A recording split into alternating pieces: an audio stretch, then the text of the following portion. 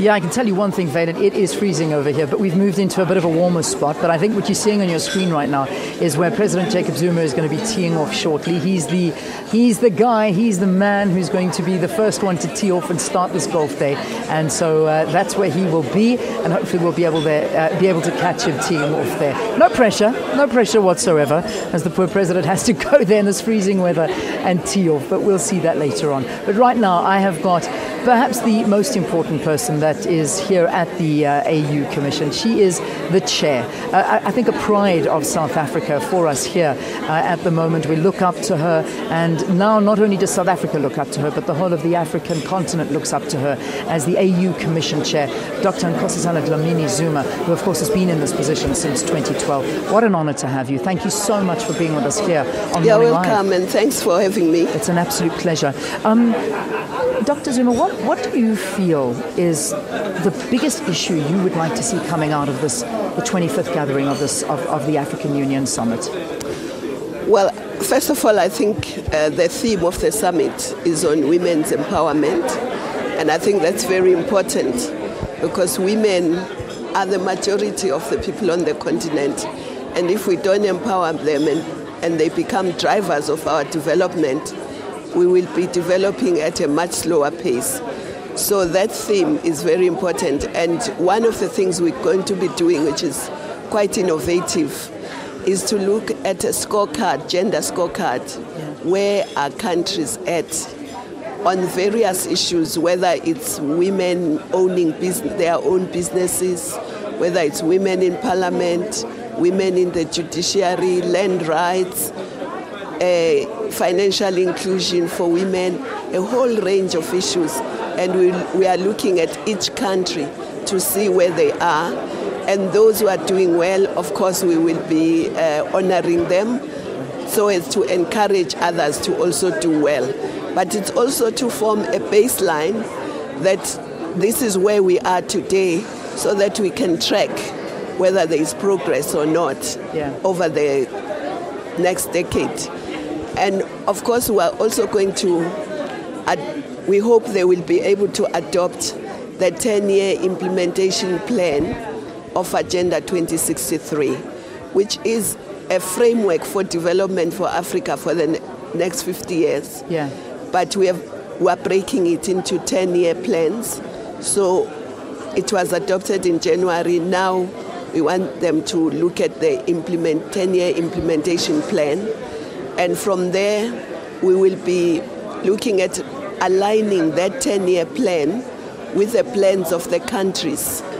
And of course, looking at financing, looking at strategies for human resource development, because that's one of the areas that's slowing down economic growth. It's because we don't have enough human resources to drive the economy, enough engineers, enough people in the various areas. Yeah. So we will be looking at that. And of course, the most exciting thing also is the fact that day before yesterday, there was the signing of the tripartite free trade area, which involves 26 countries on the continent, SADC countries and East African countries, and Egypt. So it's very exciting. But we'll also be launching the continental free trade so that we eventually can have one trading space, indeed, one African market. Yeah, which is something we've been working to for a while. And it's great to see, hopefully, that this will be the time that it comes into effect. I want to talk about one of the big issues that's affecting the continent. There are so many, but if you mention it, it's the lack of skills and the need for more skills. But wherever you go in the world, you see some of the most powerful individuals that all come, or some of them have come from the African continent, have left the continent to go elsewhere, Europe, the Americas, wherever it may be, to seek a better life there and are running these powerful positions. There's the issue of the African migration, which we're desperately trying to stop. And it's not only professionals that are leaving, it's the young, it's people that are trying to flee the continent. We've seen news stories of those drowning in seas trying to go somewhere else. How do we stop this? I imagine this is a huge conversation that needs to be had. Yes, in fact, it's going to be a conversation even at this summit. I think we should look at it in three ways. In the short term, there's the issue of just the traffickers who are putting people, taking people from money from people, promising them heaven and earth, and putting them in these trips, perilous trips on the seas, and really packing them like sardines. And that's why these boats are sinking half the time. That's a short-term issue of what do we do with that. The second issue is Europe must also open up and say, how do people legally migrate to Europe? So that there is another narrative in the countries. Because in these countries, the only narrative is coming from the traffickers who promise all this wealth. But if people knew what is out there, maybe they would rather plant their fields instead of going. But in the medium to long term, we have to make this continent attractive to young people. We must make this continent give the young people a choice to stay here or to leave out of choice. And how do we do that? That's why I'm saying it's going to be in the medium to the long term, because we need to make sure that they have skills, but we need to transform our economies. Because if we don't transform our economies, these young people will not have jobs even if they have skills. Because if we export raw materials all the time, it means we are exporting all the jobs that you need to add value, to process, to beneficiate our natural and mineral resources. So we need transformation in our economies.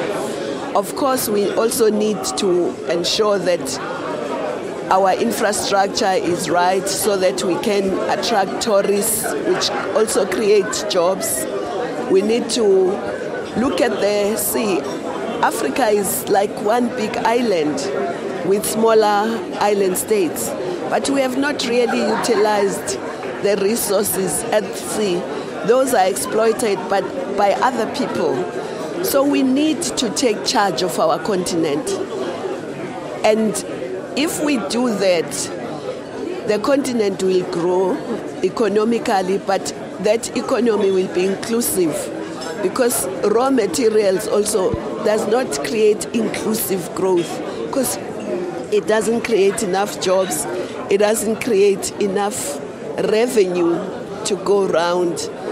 In agriculture, for instance, we can still do a lot in agriculture. One of the things we'll be doing at this summit is to say to business, to the heads of state, to other partners, that we cannot develop on agriculture when the majority of women who are in agriculture are still using their handheld hoe. Indeed.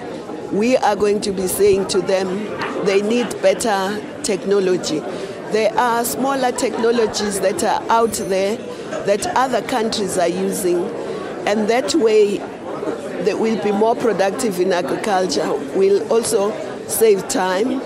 And so it's important to modernize our agriculture. So it's the work that we have to do here which will eventually stop that kind of migration. I want to talk to you for so much longer, but unfortunately we've run out of time, and I think we've touched on so many important issues. Thank you for your time. Thank you for talking to us, and thank you for the hard work that you are doing in trying to make this the united Africa that we all dream of.